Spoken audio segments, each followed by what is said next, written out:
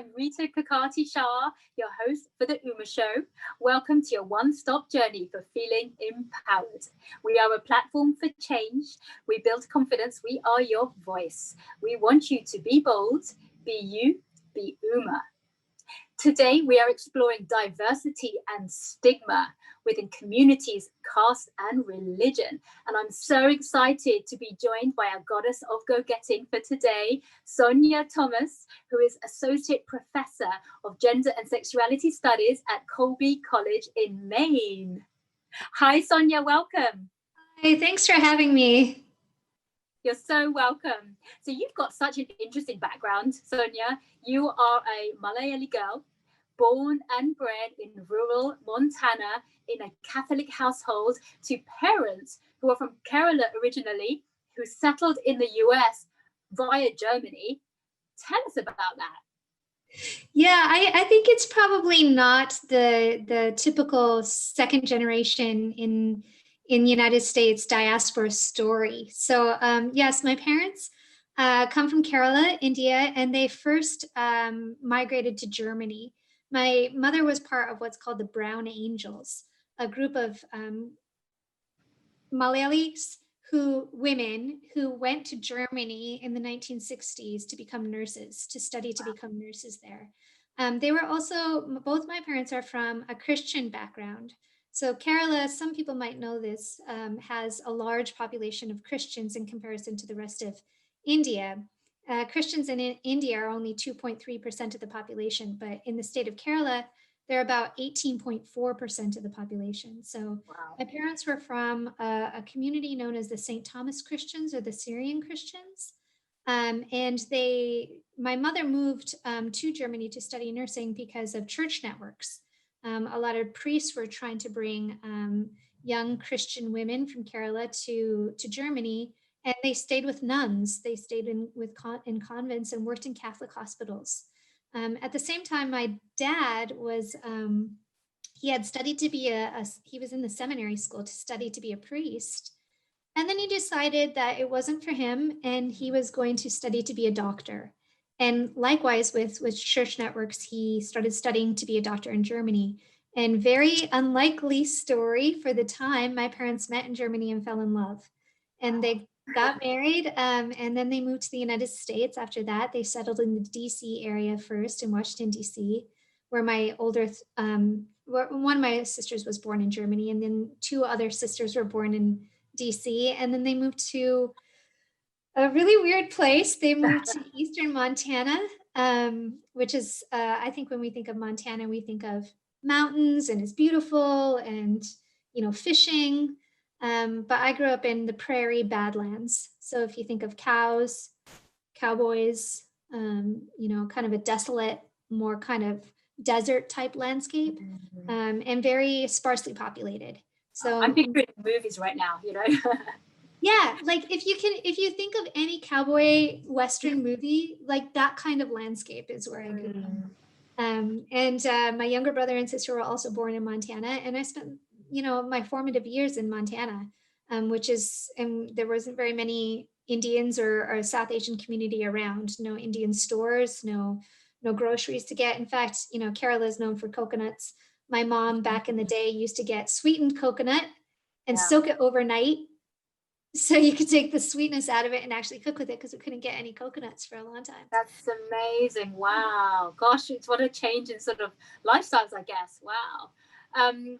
That's amazing. And I think it's part of your upbringing and your journey that really led you to pursue academia and specifically women's studies. I mean, you are an associate professor at Colby College, where you've actually done some groundbreaking research on caste and Christian communities and Indian priests as well. That's pretty amazing. And I would assume that's got a lot to do with the upbringing that you've just described, actually. Tell us a little bit about your research and about that.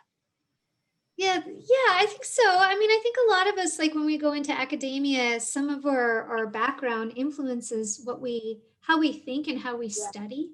I don't want to say like experience is everything about what you study, because I also like to believe that as a non-Black person, I can still talk about issues of anti-Blackness and still fight racism. As a heterosexual person, I can still fight homophobia and transphobia. You don't necessarily need to be there, but I think so much of our experience does shape how our research comes about as academics. And in Montana, we were often the only brown people around. My parents were really devout Catholics. And in my household, we said the rosary, a novena to Mother of Perpetual Help. We sang Malayalam devotional songs. We read the Bible every night. Then, of course, I'm also a woman. Yeah, I've always been interested in issues of feminism. I've always been interested in issues of race, and I've always been interested in issues of religion. So it's really a natural transition for you to do that and therefore study it. And it became a passion, I guess. And not just that, you're also a published author. You wrote Privileged Minorities, Syrian Christianity, Gender and Minority Rights in Post-Colonial India. Now, everyone is talking about white privilege right now. What does it mean to be a privileged minority? That's a good question. Right? We think like minorities are subordinated and we need to listen to minority voices. Rarely do we think about issues of privilege within minority communities. So I mentioned that my parents are from the Syrian Christian background, or St. Thomas Christian. These Christians believe that St. Thomas, the apostle of Jesus, came to India in the year 52 and converted Brahmins to Christianity. So they're called Syrian because they practice their mass in the Syriac languages.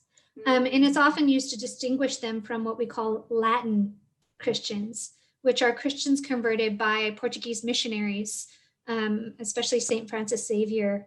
And so St. Francis Xavier and many other missionaries converted, Western missionaries converted Muslims and Hindus from mostly the lower castes, so Dalit Bahujan communities. So to this day, there's a glaring caste difference between the Syrian Christians who are considered forward caste by the Kerala state, who don't receive reservations, who are predominantly landowners, who have a lot of class privilege, and Dalit Bahujan Christians and Muslims and Dalit Bahujan Hindus, right? So to think about a community that is, yes, a minority, but then also not exactly subordinated.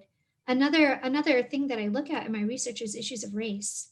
So we don't talk a lot about issues of racism in India, in South Asia. We think that racism happens in the United States. Right. And we think that casteism happens in India.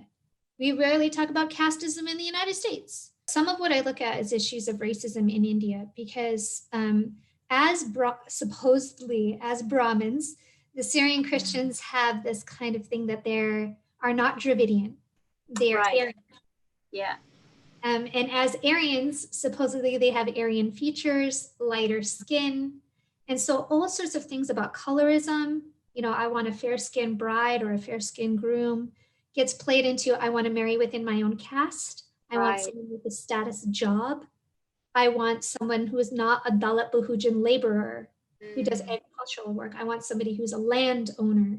And that's tied to casteism. So a lot of what I look at in my book, Privileged Minorities, is looking at how the Syrian Christians organize politically as minorities, but also to further their own economic, caste, and racial issues. And so you can see a lot of ties between the Syrian Christians and dominant caste Hindus. Yeah, you brought attention to that, actually, because I remember, and I think when we'd actually first chatted as well, I mentioned that because when I was growing up in the UK, you know, I went to, similar to you know, grew up in rural Montana. I grew up in a very lily white neighborhood in the UK, in the suburbs. My dad was a doctor as well.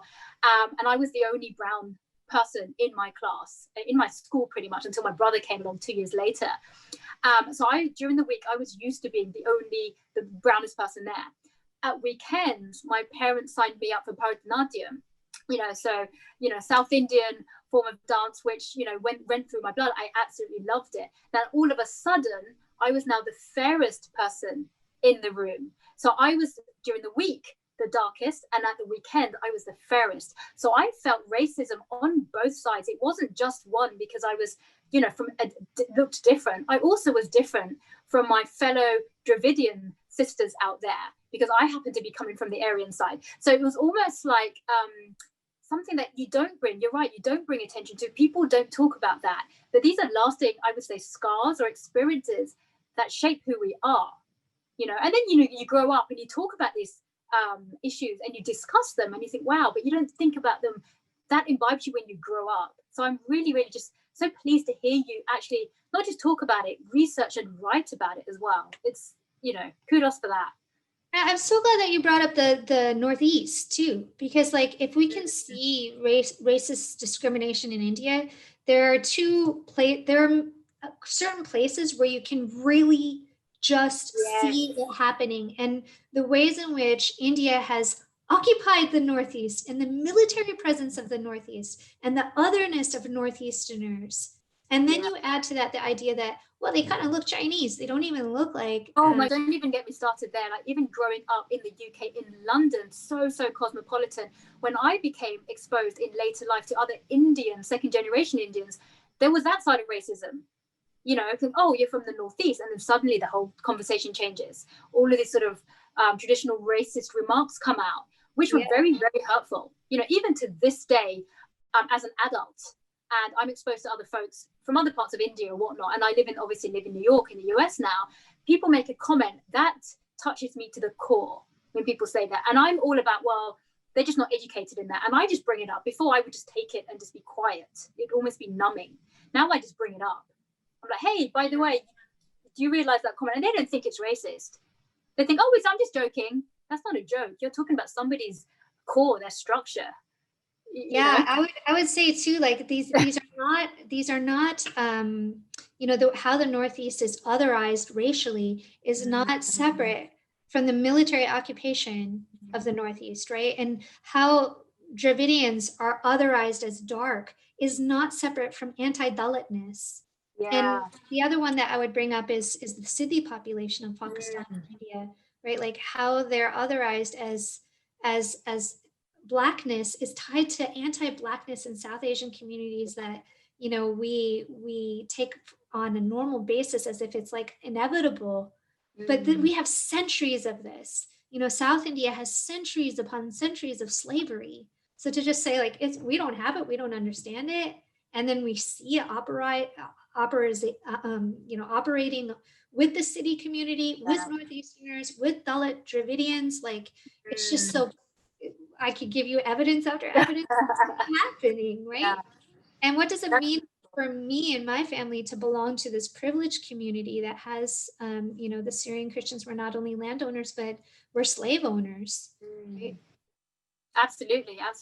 And that's actually a really good segue in the fact that you're writing your second book currently, which focuses specifically on race and settler colonialism. So that is, I guess, a big inspiration, what you've just spoken about. Can you tell us a bit more about that? Yeah, for sure. This is an odd thing that I started studying my own life. When I grew up in Montana, there were some Indians in our lives, but they were all Indian priests. North Dakota in the early 1980s started inviting missionary priests from India. And the vast majority of them came from this, you know, either Syro-Malabar or the Canaan Catholic faiths, right? So this upper caste Christian Catholic community. So, you know, it was the 1980s. It was pre-internet. They had nowhere to go. They were writing letters home or like long distance calls. And they found a place in my parents' home. And so they would come and speak Malayalam and eat Kerala food. And so I had a very odd view that lots of people must be Catholic and lots of people must be Christian. I was kind of a rude awakening when I went to college in Minneapolis. I did not know what Bollywood was, and I did not know anything about Hinduism. So it was really strange. But there were these priests that were around, first in North Dakota, and then in the mid-90s, Montana started to get Indian priests.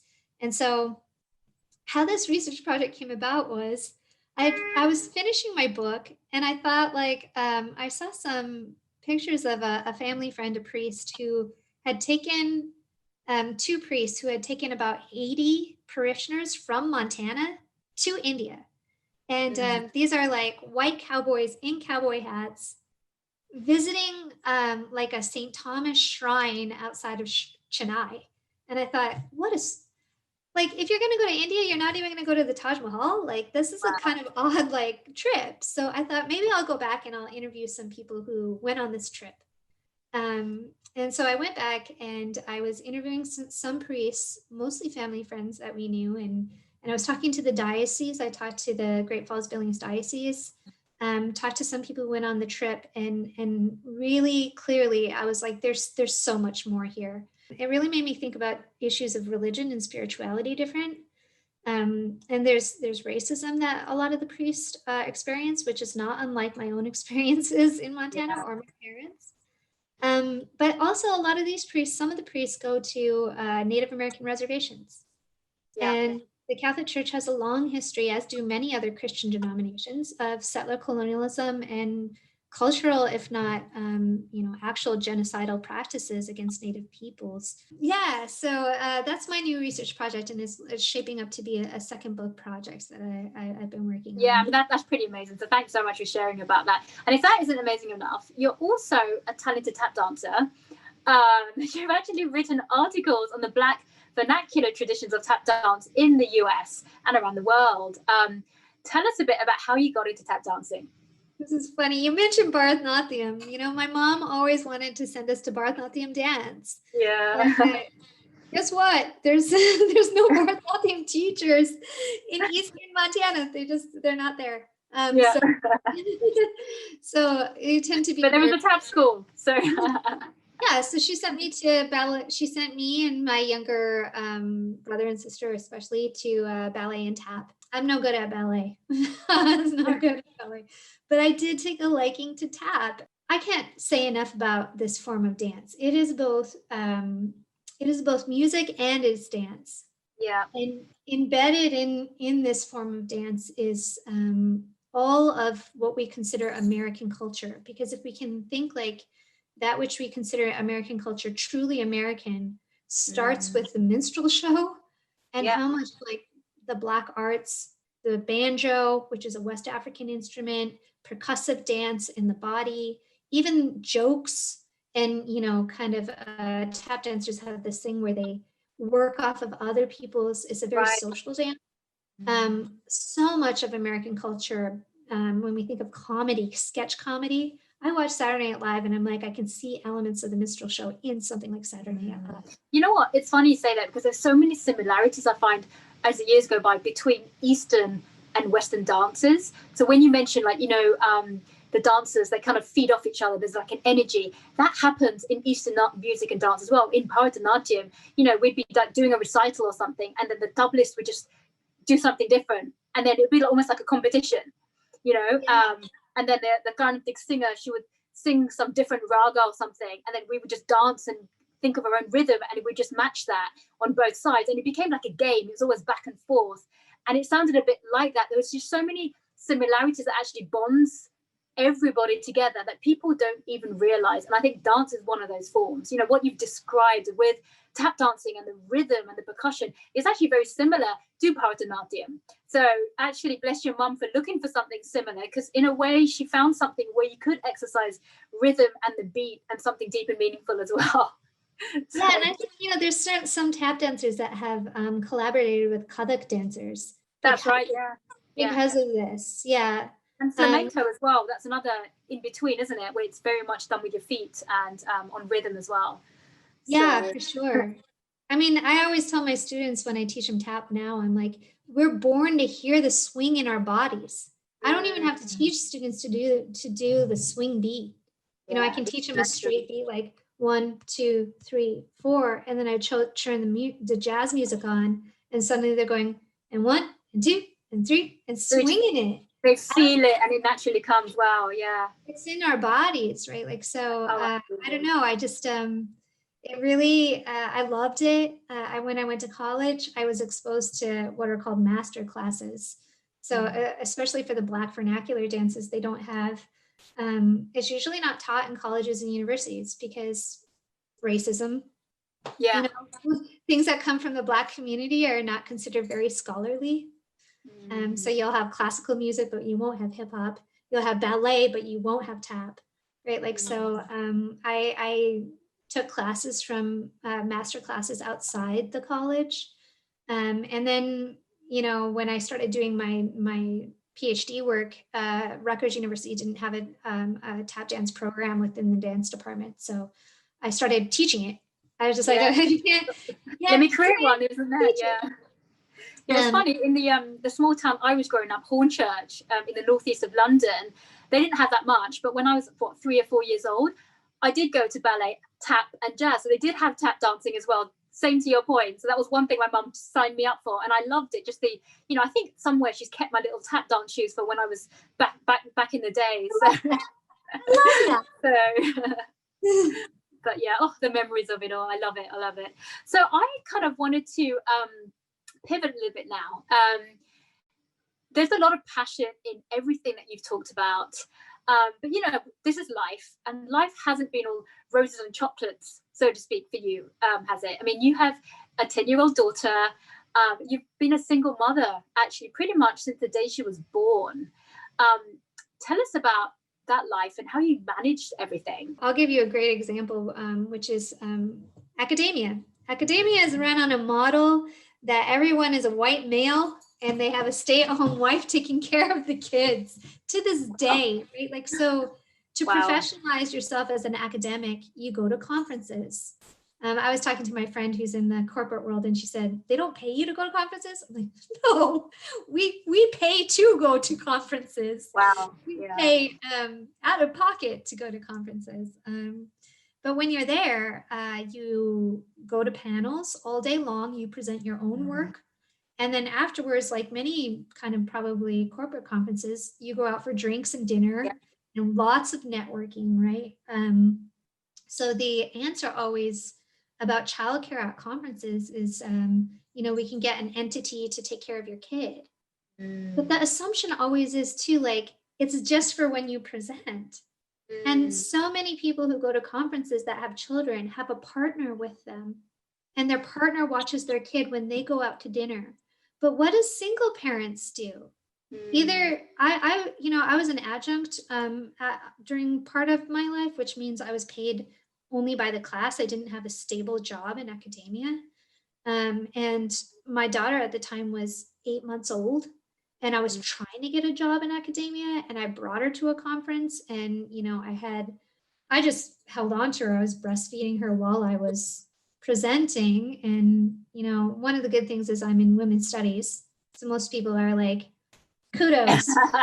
Like, so that I guess is good. But, you know, afterwards, some powerful feminists, you know, big name feminists were like, we're going to the bar. You want to come? And I said, yeah, like, I kind of feel like I have to. And so I'm like holding this baby in a bar. And I'm like, I shouldn't be here. I'm not doing my work good. I'm not being a good mother.